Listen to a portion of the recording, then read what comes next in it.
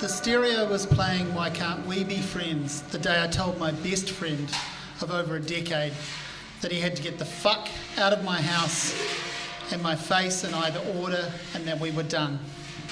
And that's neither poetic device nor poetic justice, it's just the facts. You remember what song was on when you're telling someone you've known that long to. Please and thank you, get the fuck out of your life. He stood in anger, said he should knock me the fuck out. I told him to go for it, or even better, just go.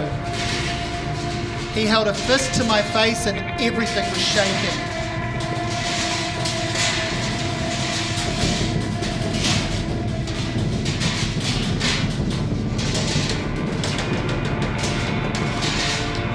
The punch meant for me was delivered to the wall. It was just standing there. Right place, wrong time. It took quite a while to plaster over the cracks.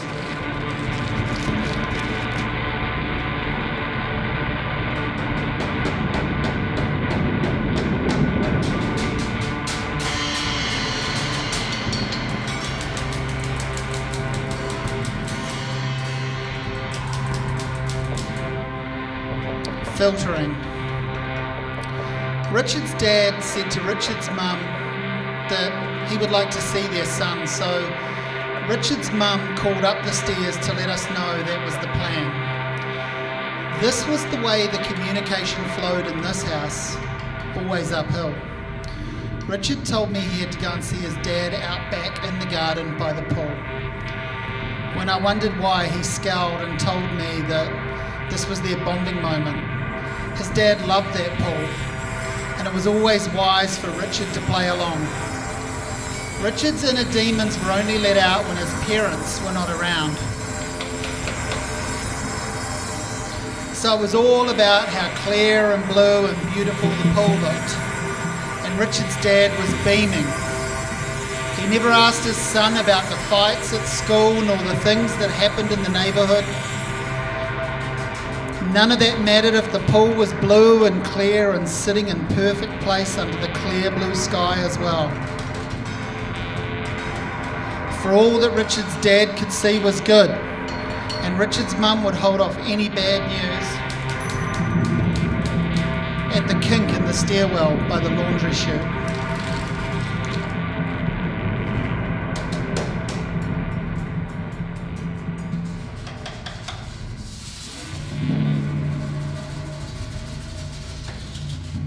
Sacrifice.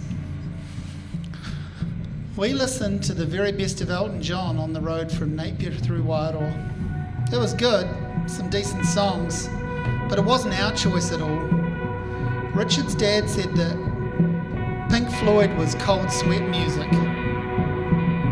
I remember laughing at that description and only seeing it as a positive way to think about the band, but Richard warned me not to laugh and announced far too loudly I'm Still Standing was his favourite song.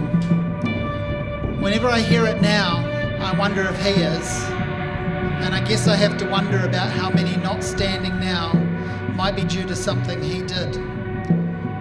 You can't blame a father for not letting his son listen to Pink Floyd, and that's a shame.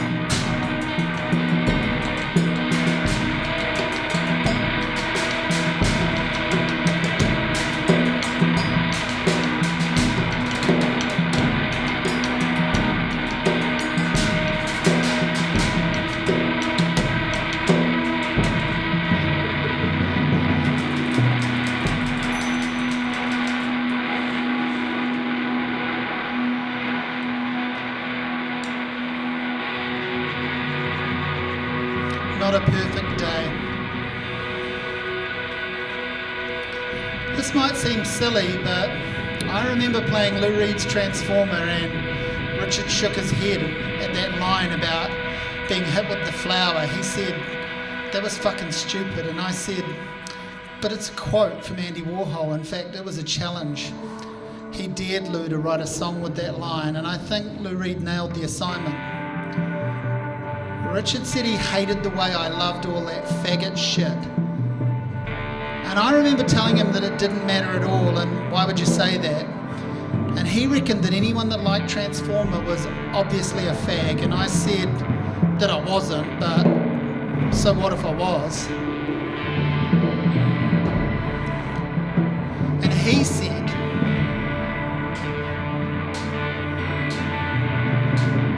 you better not be. Because if you are, I will fucking destroy you, mate.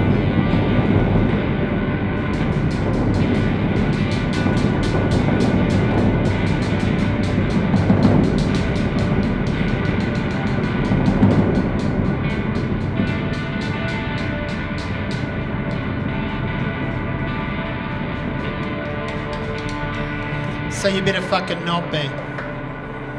It made me like the album more, and him a whole lot less.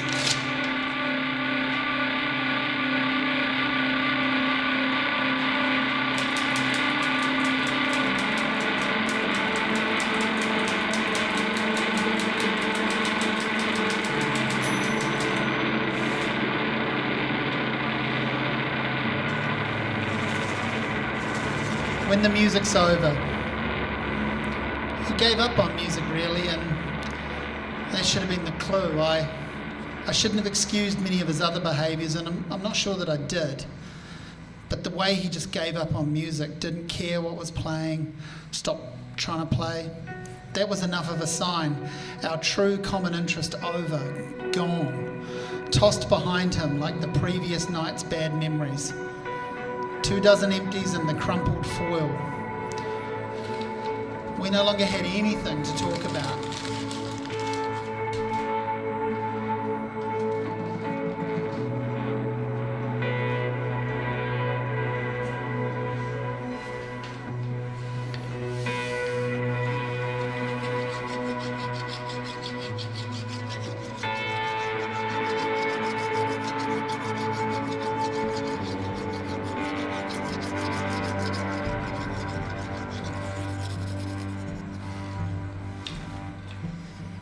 The Wall.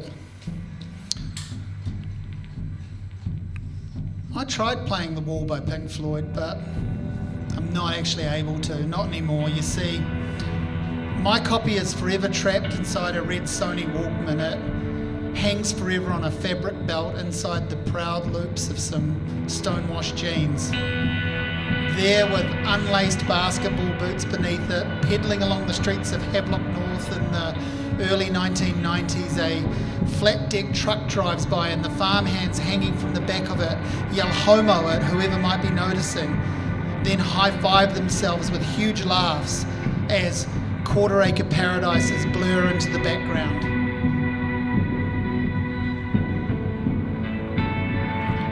The concrete sameness of the Hawke's Bay bourgeois had its soundtrack then and is holding on to it still. The local government practically issued copies of the album on long play cassette alongside canvas army surplus school bags and a black marker to scrawl the name and attempt to draw in some version of the bricks. The town's aura of being so pleased with itself was like a fawning golden hue, as if the people that bought cheap housing on the promise of it one day prospering were the same people that had the luck to plant the grapes in the perfect conditions and wait, and wait, and wait.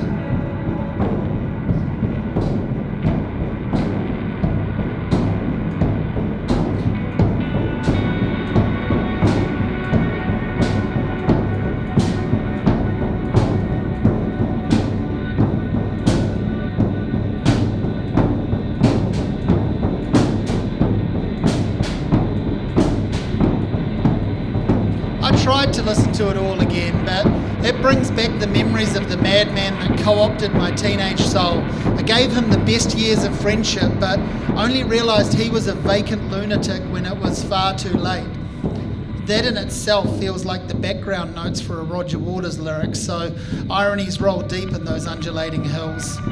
The loops of tape still circling themselves on the golden crown of that lush green paradise.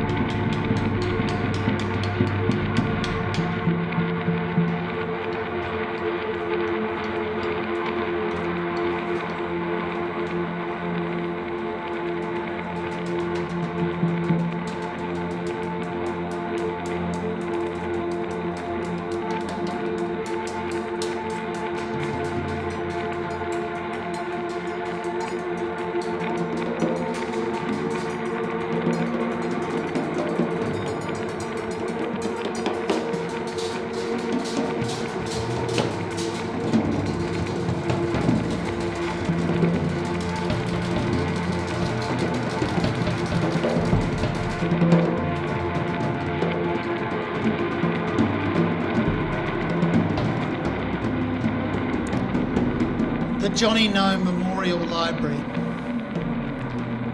It was a set of shelves down the back of the class, some comics and books, a couple of tapes and some toys, action figures, and a sign made at woodwork with the burner. All of it a tribute to a fictional soldier who died in a very real war that had finished before we even knew what it was. But with 60s music back in vogue and our imaginations collectively running, we paid tribute to Johnny, who never should have run over the top, even though, of course, he never did. The teacher let it happen until it took over the classroom with parents reporting kids having trouble sleeping. But Richard said when asked to tell that to Johnny, who won't ever get the chance of a sleepless night again.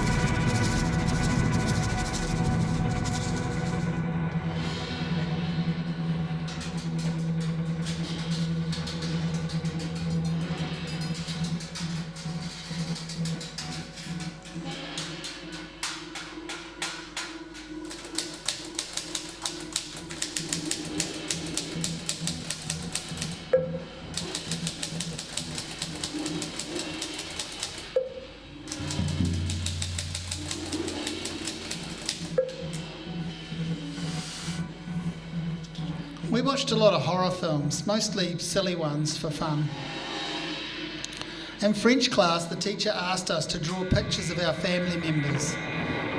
We would add the names and relationships en français after. Richard asked if he could draw Freddie. The teacher asked if that was an uncle. "Oh, he's more than an uncle to me," he replied cryptically. Then drew 4 pages of Freddy Krueger mutilating babies. He handed it in with a grin, waved to the class as he went to say whatever to the principal. This, the dead birds, spitting in his brother's food, the way he talked about sex earlier than any of us, it all started to add up.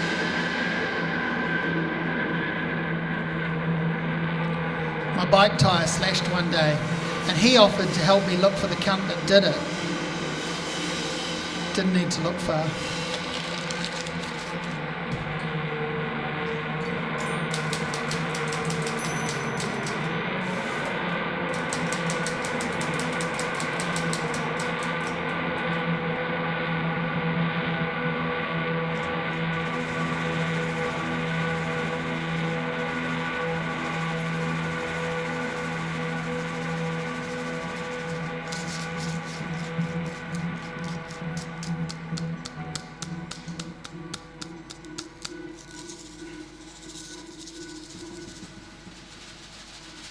21.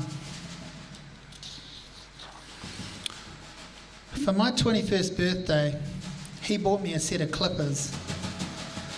It came with the slight threat, we're going to shave your head. I had a ponytail, which is its own crime these days. And the plan was, first one under the table received a complimentary haircut. But we all kept drinking, which was the only flaw in the plan. We were better at drinking than planning. So late in the afternoon that very next day, which felt like the same day only stretched out across a week, Richard grabbed the clippers and stood shaving at his own hair. He laughed as bits fell into the pint he was still drinking, while looking like one of the reluctant privates from Full Metal Jacket. I outdrank them all that next day too and returned to Wellington with my hair tickling my neck under my shirt. And then sometime not so long after, in a bar one night in front of a crowd, I took a knife and cut my ponytail and scattered it like tiny trophies all through the room.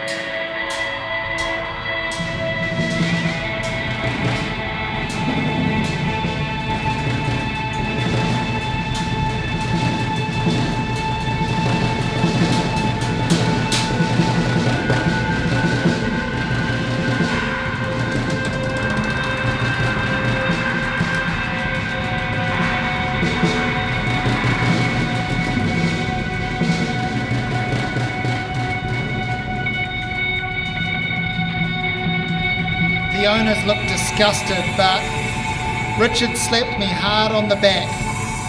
"Well done, mate," he said with a hard draw on his cig. Next day my flatmate finished the job and shaved the rest of my head, and I bought my first beanie, but there are some things you can't cover up completely.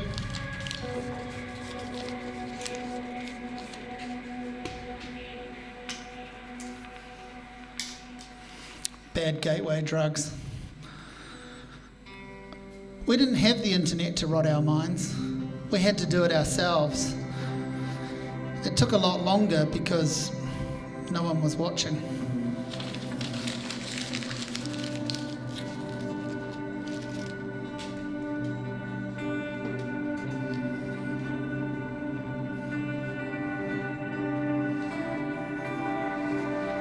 A disturbing story. You had that story about the flatmate who had a pet lamb. You reckon you killed it, dried it in the shed and skinned it, cooked it and served it, and then told her you were sad for her about her missing lamb, then told her she'd just eaten it. That is a disturbing story, but it's also bullshit, which only makes it more disturbing. But you're always doing that, making such stories. I almost thought it was creative, but that's the benefit of the doubt that arrives on the back of a long friendship. And you can't get people arrested for their phony stories.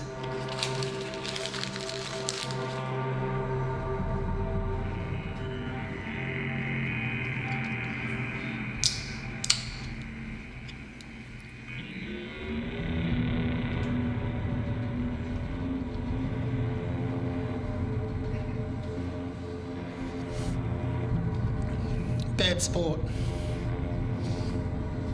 When Richard was drinking, it was lookout. It was everything from life of the always impromptu party to home demolition.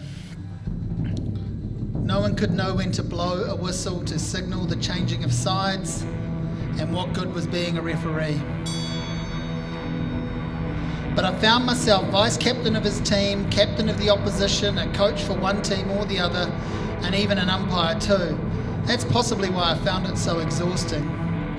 That's possibly why he liked to call everything a game. He loved seeing people running around. He loved to win trophies and burn the stadium to the ground.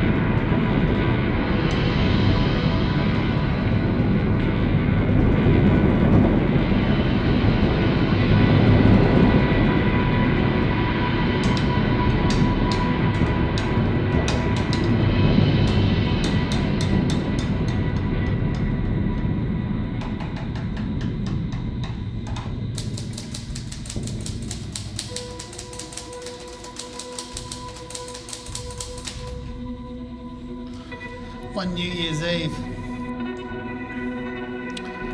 A mate of mine, not a mate anymore, used to carry with him a card. A picture of a monkey swinging from a tree. Well, chimpanzee, but we call them monkeys when we're telling the stories. He'd laugh when we asked why he carried that card. He told us we'd never know when it might come in handy. We all went along with it. He's mad, we'd say, laughing. Little did we know. And then we knew. And we didn't want to. One New Year's Eve you were walking along with him, the pubs all boring, the queues all long, or else the bar was dead, nothing in between. And then he tapped a guy on the shoulder as you waited in one queue. Oh, you thought, but still hoped for the best. Next thing. What did you say, cunt? Said your friend, your pal, the meathead. You're getting smart, cunt. You're getting smart, cunt. You're getting smart, eh?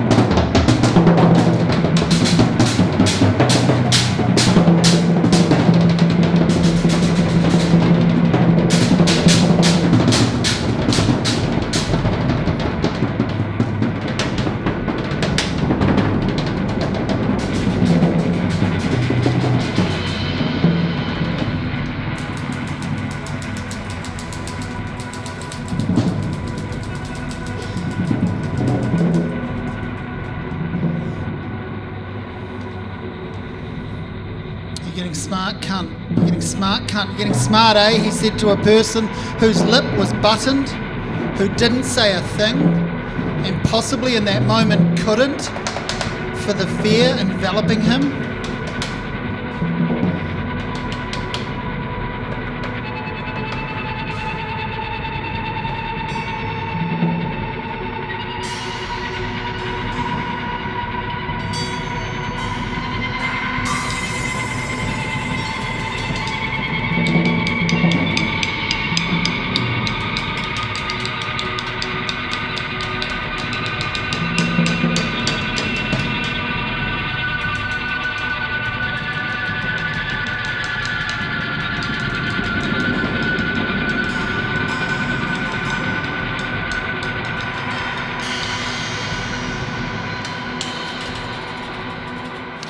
You're getting smart, cunt. You're getting smart, cunt. You're getting smart, eh? He said.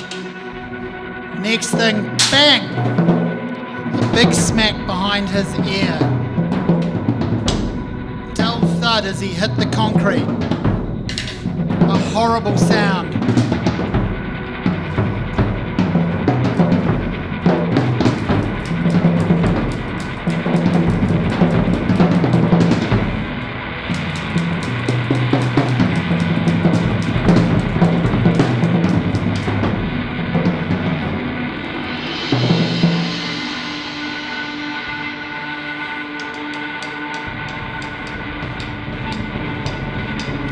Getting smart, cunt. Next thing, bang, a big smack behind his ear, dull thud as he hit the concrete. A horrible sound, and your mate laughing for no apparent reason, the madness enveloping him.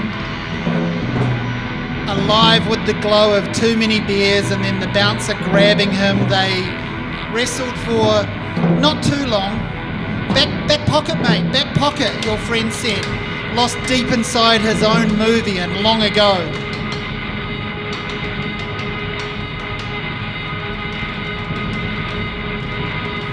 He signalled to his wallet and the bouncer opens it with a shrug. Well, you want some ID, your mate said elated, handing him the card with the monkey on it from the Weet-Bix packet.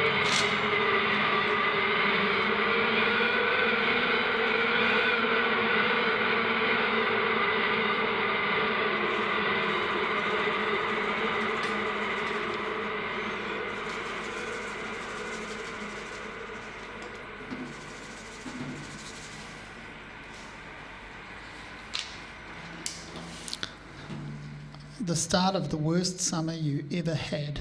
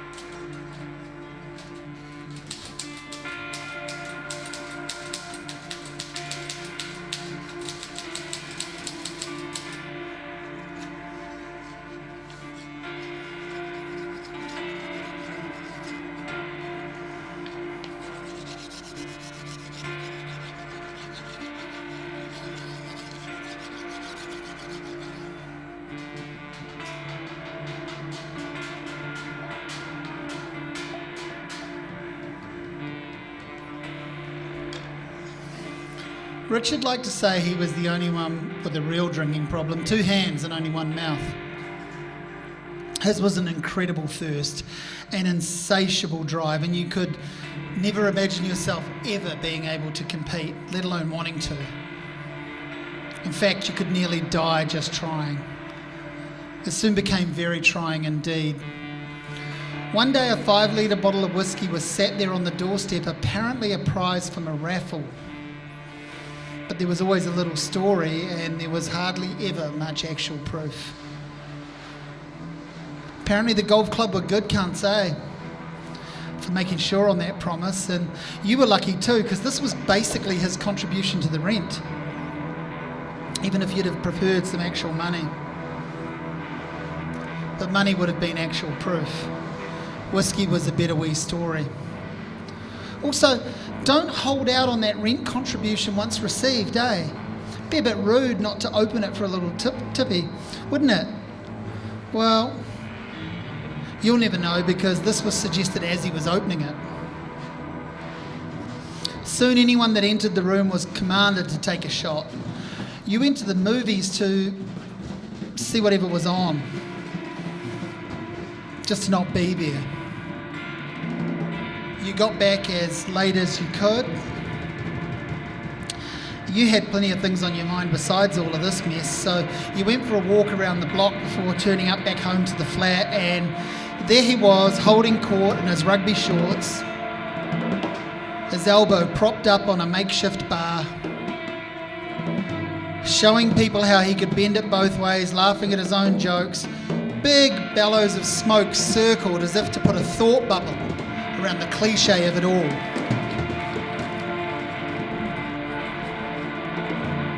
But not that much thinking was going on. And the downstairs neighbour didn't have any interest in being there, but made the mistake of living directly underneath all this noise, and the bigger mistake of checking to see what all this noise was anyway. So he was called up, and just as soon as he made it across the threshold, he wished that he hadn't.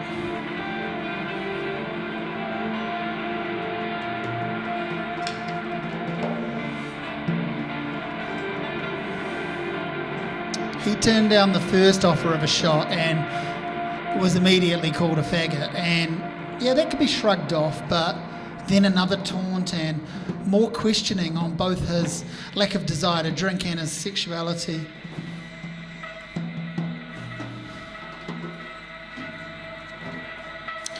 Next thing, he was slugged in the side of the head. No reason. Well, there was always a wee reason, there just wasn't ever much actual truth.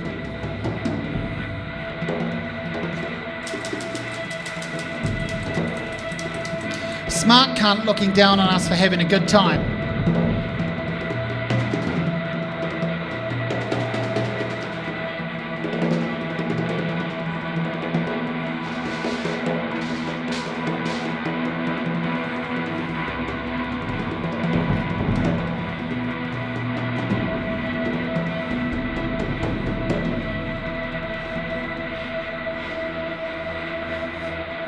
Smart cunt looking down on us.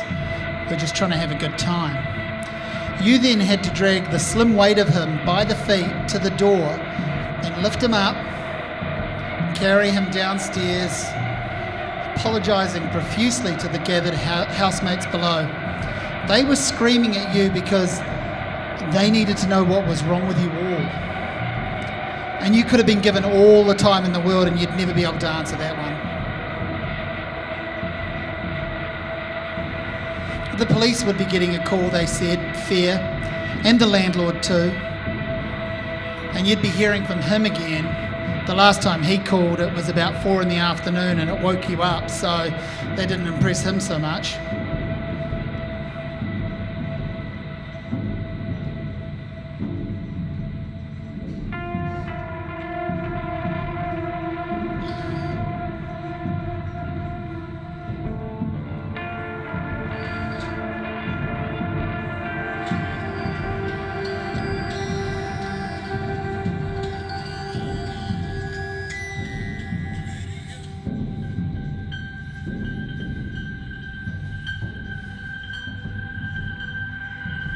Back upstairs, the weight of a cold new world was on your shoulders and the whiskey bottle was on its ear. A slug to the side of its head had toppled it too, and there was no reason for that either.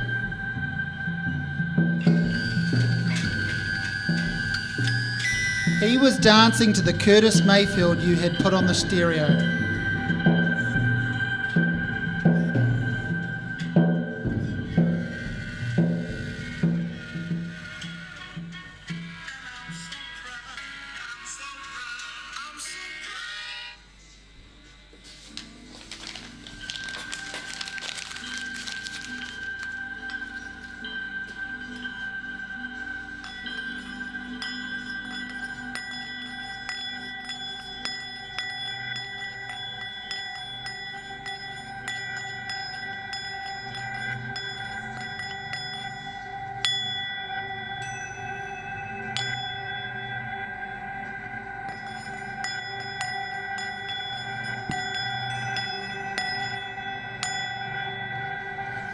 This is a Western song from the Tibetan singing bowls. When you're younger, it's easier to make friends than to break up with friends.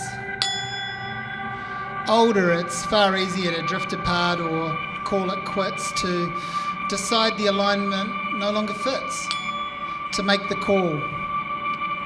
I would never let another Richard in right now, and I wouldn't and haven't for ages. That's not because of any scars.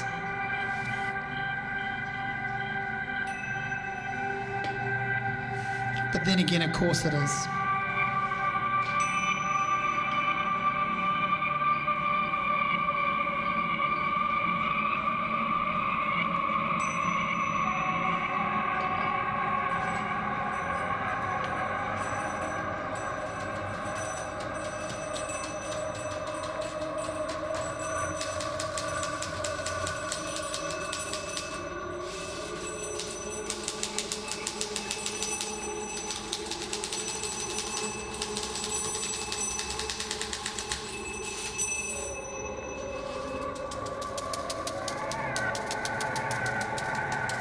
Past sure is tense. He lived in a house in the country all alone. 4 bedrooms and one was just for the rubbish. Said it didn't smell so bad when you closed the door. Never had any visitors. See above. Reckon he spent whole nights with the stereo on out on the porch with a drink in hand. Said it felt good just to scream. No one could hear you out there.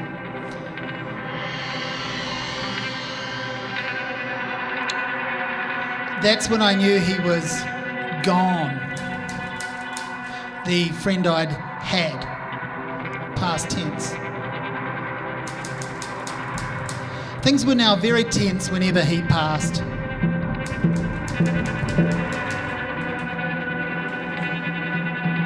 I wanted him gone, though not like that. It was so clear that he was drowning, the sea above.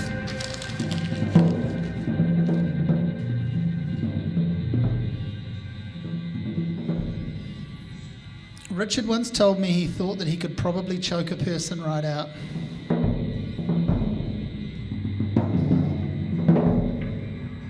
He reckoned the proof he was a good person was that he didn't ever do it.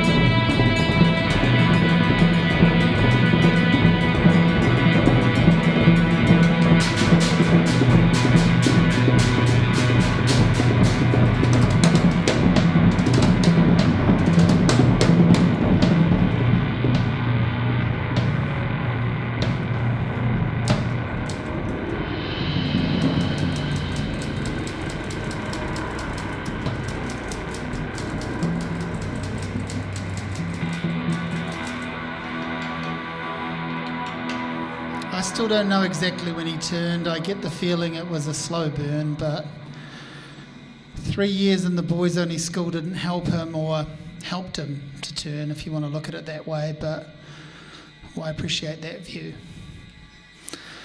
What bothered me most was the easy way he could win a room, take them over, make you seem like the crazy one, turn the gaslighting down low and the heat up high, bray loudly into the night. That smirk was one for the pantomime stage, the unsettled rage that cooked so slowly inside him.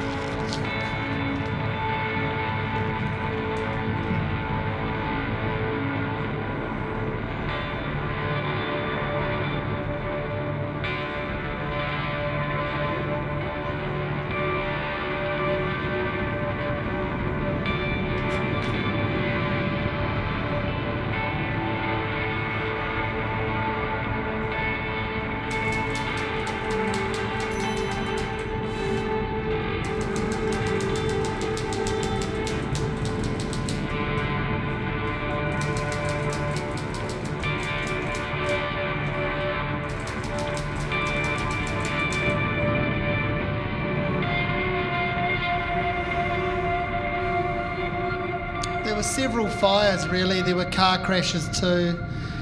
He fled the scene of at least one major crash that was entirely his fault, and the takeaway was that he was a marvel of modern science for making it out alive, not a scoundrel or villain or nuisance for creating public damages, endangering lives, ruining things.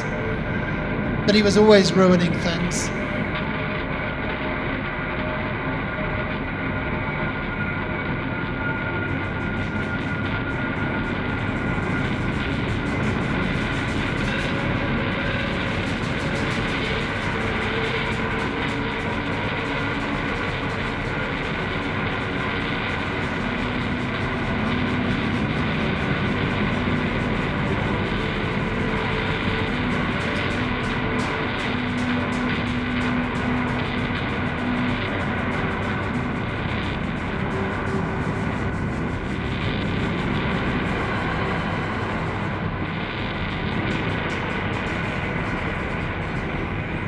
Several fires, maybe one is burning still, maybe something is stirring deep inside of him.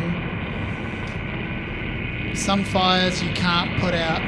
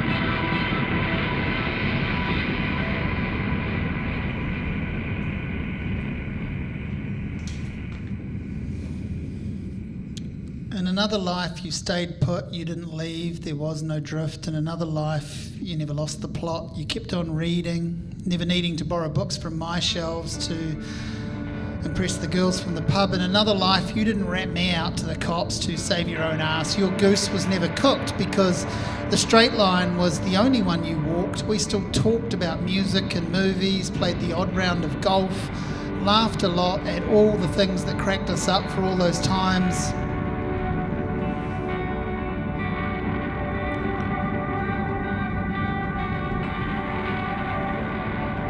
We would still be friends in another life.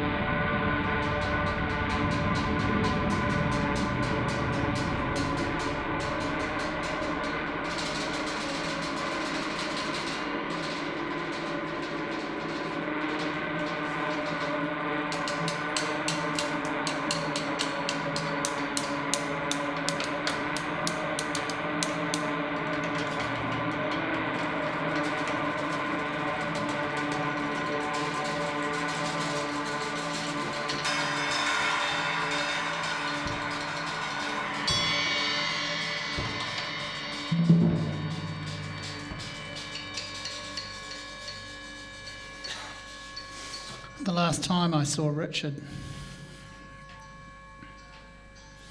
No Joni Mitchell song. If it had been playing, he'd have turned it off and gone, "What's that faggot shit? Just put on some Guns N' Roses."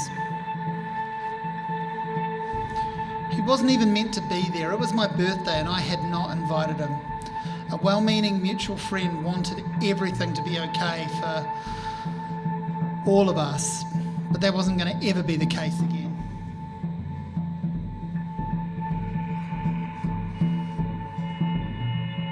That wasn't going to ever be the case again. So it ended with Richard holding me against the wall.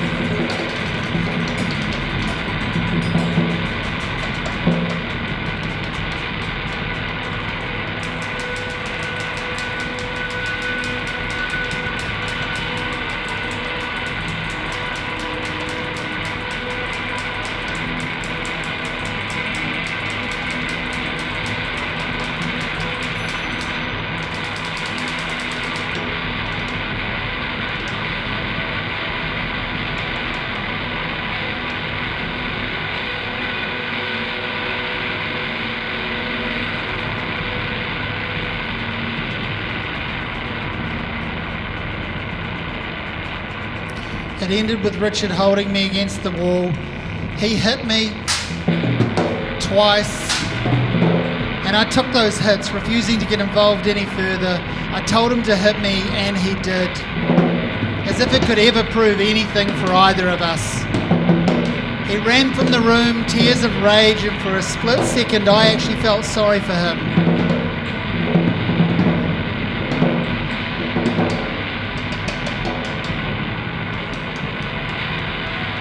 Then my face really started to hurt.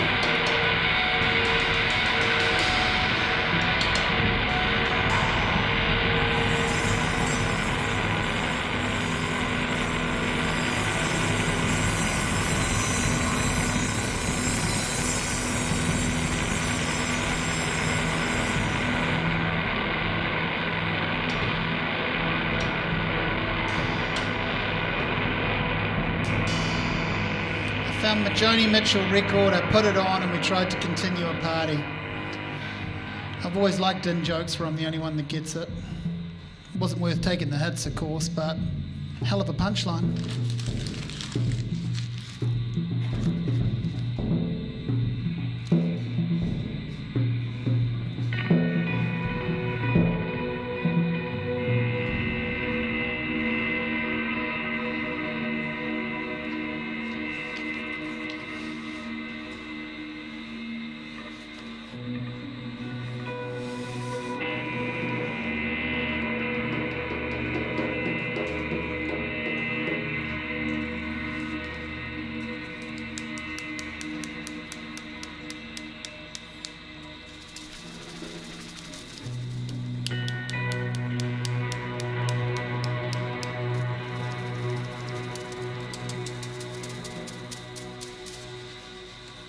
So I've written this book, I've handed it in. All of the stories you're hearing now and more are in the pages.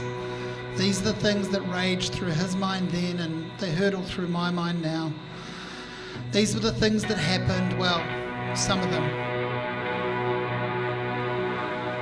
guess I'm asking you to believe me. I guess I am doing my best not to deceive you, but I hand the book in and it doesn't have an ending.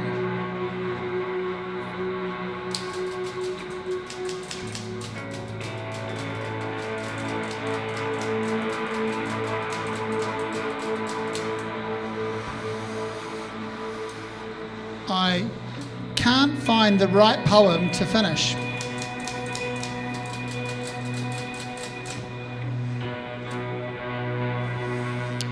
I have mentioned Pink Floyd in a poetry book more than anyone else ever will.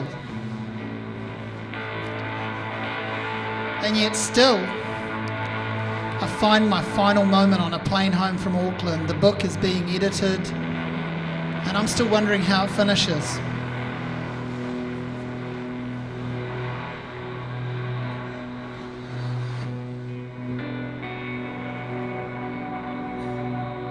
Comfortably Numb is playing while I stare out the wing of the plane.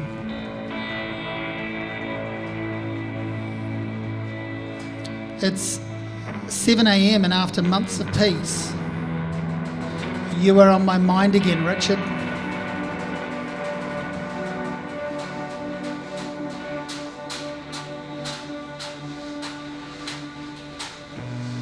So many have asked what you'd make of all this, and I've said so often now that you'd be chuffed, stoked, just not bothered at all.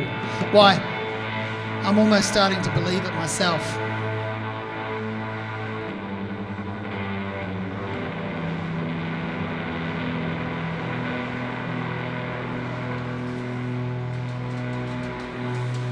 My face almost touching the frame of the window of the plane. As David Gilmour's guitar solo strikes like the sun.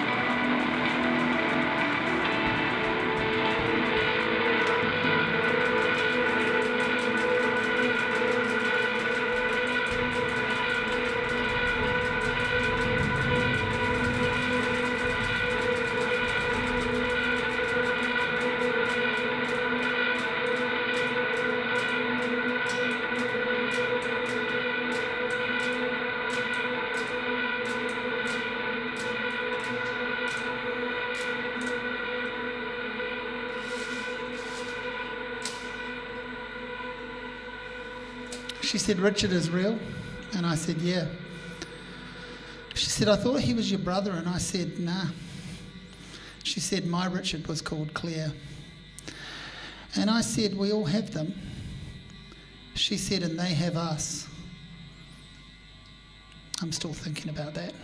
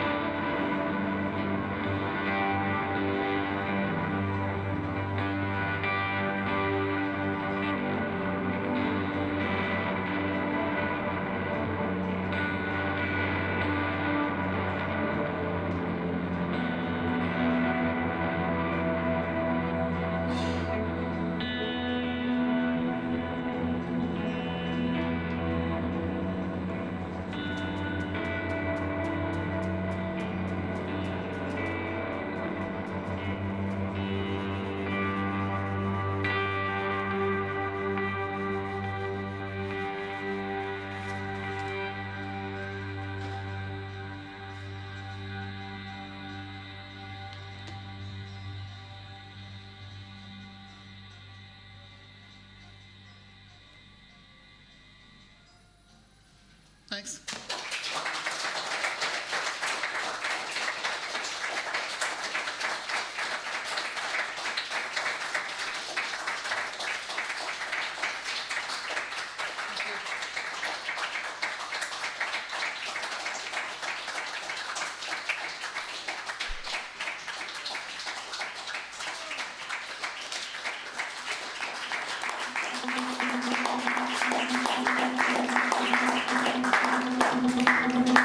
Encore.